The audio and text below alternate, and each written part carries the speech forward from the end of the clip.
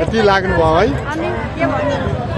धेरै ठुलो एकदम जनताले धेरै ठुलो सङ्घर्ष गर्नुभयो के जनताको सङ्घर्षले नै आज यो जित प्राप्ति भएको हो कि जनताको यो जित कसको जनताको यो जित कसको जनताको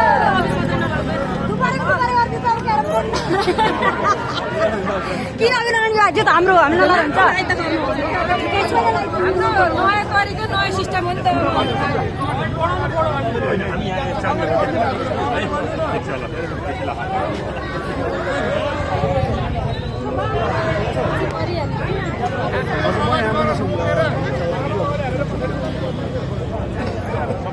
मजाले उसले